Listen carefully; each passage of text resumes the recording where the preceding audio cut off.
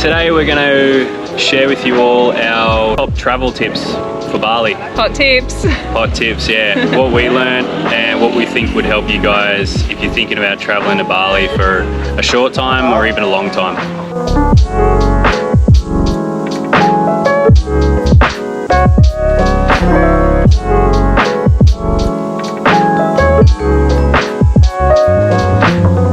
First tip we have is in terms of money. We got the Wise card, which you just apply for online. It takes about probably like 5 business days to get to you. You can convert money easily from Australian dollars to Thai baht to Indonesian rupiah, whatever you want.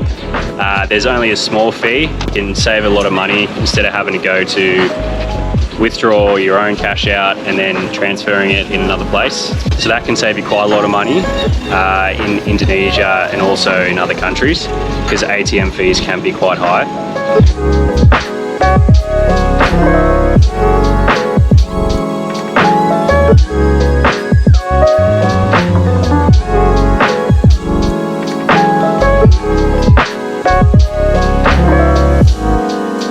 Something else that we found really handy that we actually learned off watching other YouTubers is that you should download Grab and Gojek before you go. So Grab and Gojek are like Bali's sort of Uber, and it's really handy to have it before you go just so you don't get hit at the airport by 100 different people asking you if you want a taxi. It'll also save you a ton of money in the long run.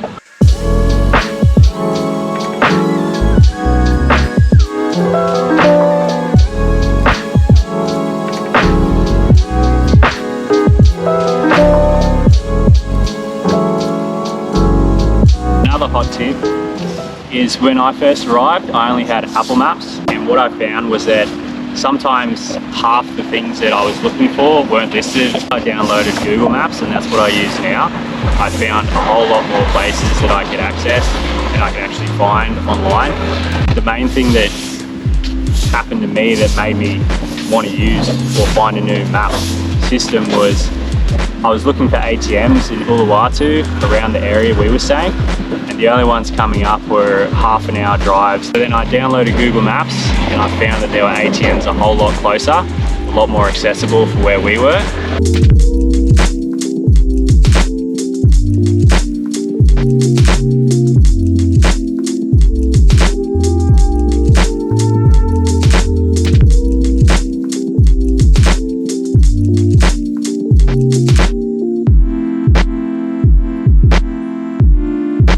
Right, so when you arrive in Bali, you have to get a visa on arrival when you go through immigration. So the cost of that is about 50 Australian dollars. And they give you this like little piece of paper that goes inside your passport and you're meant to keep it. Somehow I lost mine and it wasn't an issue, but I have heard of travelers having issues getting out of Bali because they didn't keep that piece of paper.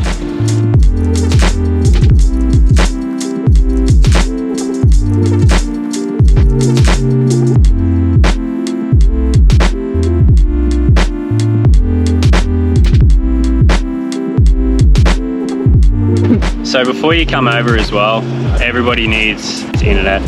So to save yourself some hassle and not having to buy a SIM card at the airport, I'd advise going with something like an eSIM. We used Holafly eSIM, and it was for 20 days, I think it was about 70 Australian, and it gave us unlimited internet.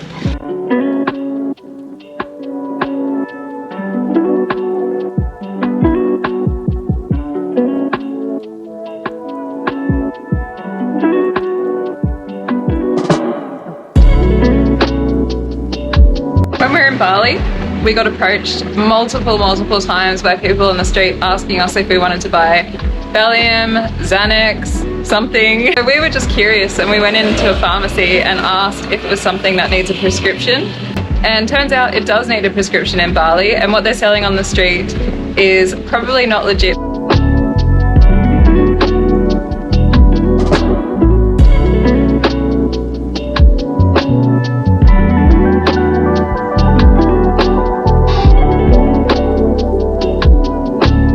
So another thing to bear in mind is that some restaurants have a service charge and a tax charge attached to them, whereas some don't.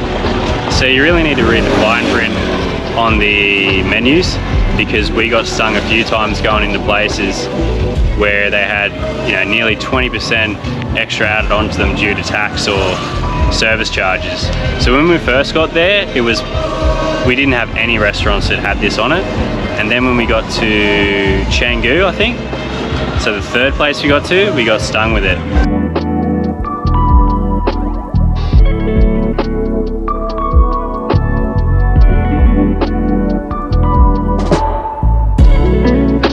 So when we're in Bali, we learnt that getting a grab to and from Ubud is a real big hassle. The reasons why is because the drivers don't get paid enough money to go to and from Ubud from wherever you are. The drivers don't like going to Ubud because it's quite hard for them to get a fare back to wherever they came from.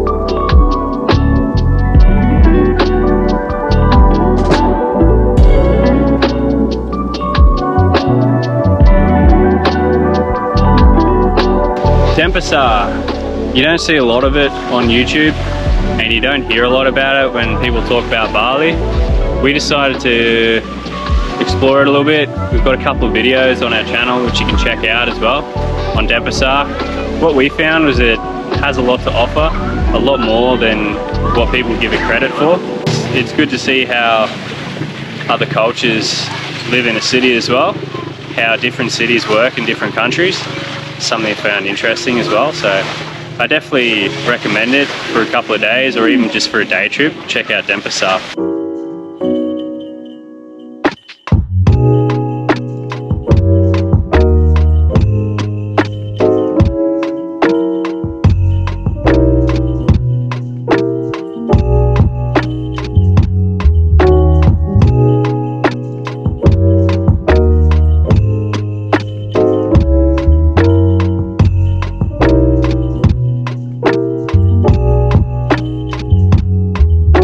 We've just come back to our apartment because it's pretty rainy outside here in Jomtien.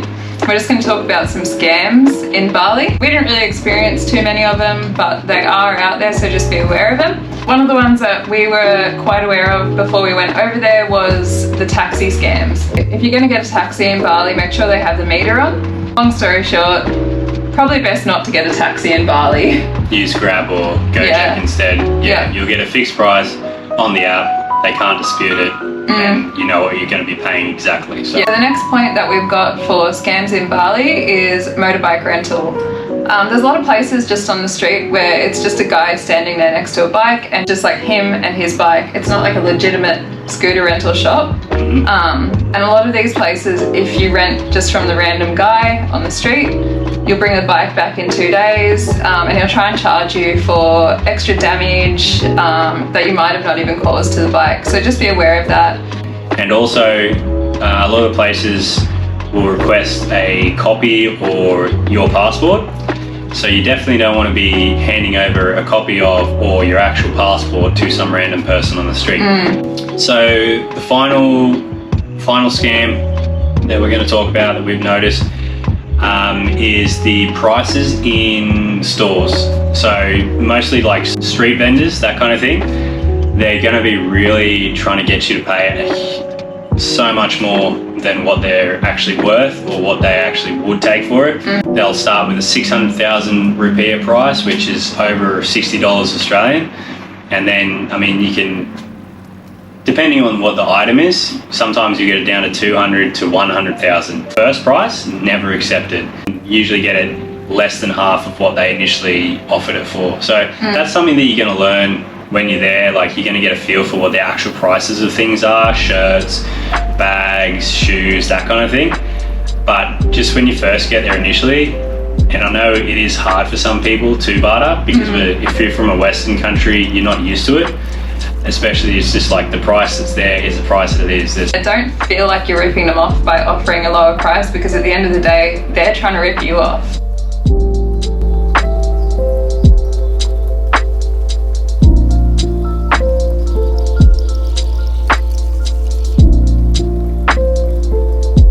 Know if you've had any different experiences with any of these things as well, because it might just be us. We'd be interested to hear about it.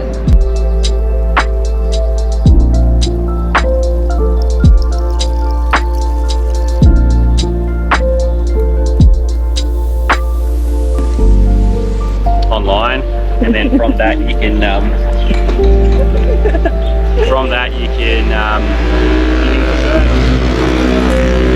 convert money easily, and yeah, it's a good shout. Yeah. Boy. Good. You been good boy? You do sniffies. Oh. Boy.